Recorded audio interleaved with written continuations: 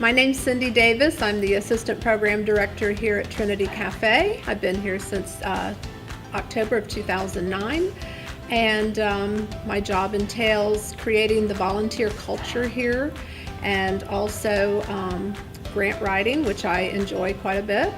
And then I wear a lot of other hats and do whatever's necessary as it's needed.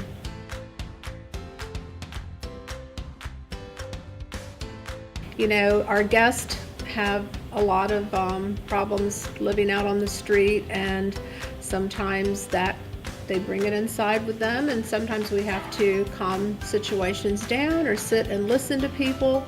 And what I've really found is I've learned to be a very good listener in this job, and it's not something I really thought about too much until I started here. But what I have learned is that by sitting down and listening to people, you allow them to share what's going on in their life. And when they're able to unburden themselves with those problems and they give them to you, that's really a great gift to our guest. And then they are able to then walk out and feel like a load has been lightened. And I really think that that's one of the very important things we do. It's one of the reasons we have table hosts at each table, so that they can give that gift to our guests every day, just to sit there and listen to them.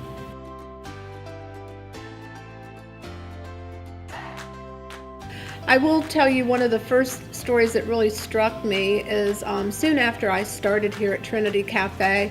That was right in the middle of the big recession. And what we saw a real shift in our guests. It used to be that we served a lot of chronically homeless folks mostly. And the shift began during the recession, where you saw a lot of folks who had lost their jobs, were struggling to hang on to their homes, and they started having to come in and have a meal with us. People who had donated to us in the past soon became guests. But I remember this one fellow named Adam, and he and his wife owned a plumbing business down in Manatee County. And he struggled to hang on to that business, and eventually it closed. And so he thought there would be more opportunity here in Tampa, so he and his wife and their work van came to Tampa along with the 3 employees that worked for him in his plumbing company. And he felt so badly about them being in the situation of losing their job that he brought them with him to Tampa to try and find more work. So those 5 people were living in their work van and parking in parking lots every night and coming to eat at Trinity Cafe. And it was just gut-wrenching to see that. And that wasn't the only time. I mean, there were a lot of people that were going through similar things, but I was so impressed that he tried so hard to keep them together and to find work for all of them again.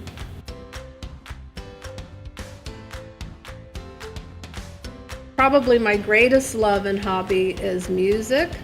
Not that I can sing, not that I can play an instrument, but I am a great listener. And I have a lot of favorite artists that I've loved over the years, but the genre of music that I like the best is blues. I really, really love blues music. Blues music is tonic for what ails you, as far as I'm concerned.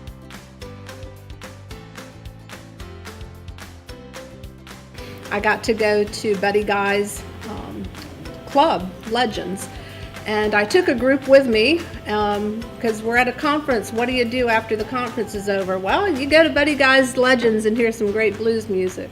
And so we were there and listening to a band play, and I see Buddy Guy walk in. And so I watch him walk across the room, and I see him go into the office, and then I watch as he comes out, and I have my eyes on him, and I see him sit down at the end of the bar. And I'm really kind of shy and reserved by nature. I kind of have to force myself to get out of that box sometime. But it was like, this is the chance of a lifetime. I have to go meet Buddy Guy. So I walked myself right up and I plopped down in the seat next to him on the bar stool, and I said, "Buddy, can I buy you a beer?" And he starts laughing and he looks at me and he said, "No, honey, you're in my club. Let me buy you something." So I sat there and I had a drink with Buddy Guy, and I happened to be wearing a t-shirt from Legends that I had gotten another year that I was there, and I asked him to sign it. So he had me flip around on the bar stool so that my back was facing him, and he signed the back of my shirt, which was in 1999. I still have it. It's a little faded, but I bring it out for occasions like the blues festival I went to recently, and I still wear it. That was a really fun evening.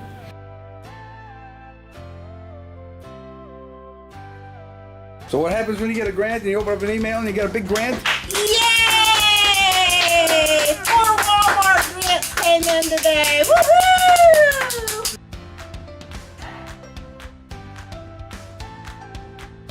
My first career was 35 years at the Tampa Tribune. Wonderful career. I did a lot of different things over the 35 years that I was there. The last 15 years, I was the manager in charge of all of their special sections and their magazines and all the projects they did for all of their Florida newspapers and events. And that was a fabulous job. I had a great time there. I will tell you that I love newspapers, and I know they're not that popular among most people anymore, but to me it's a fabulous, exciting environment to be in, and what I love most is that every single day I felt like it's a little miracle in my driveway or on my grass, because every single day it is an absolutely brand new product from start to finish, and putting that together every day was always very exciting.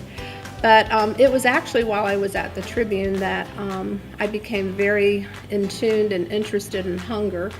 We adopted families for the holidays, and we delivered food to them. We were delivering to people, and we delivered to a gentleman named Mr. MacArthur, and he actually lived right down on Nebraska Avenue near our cafe.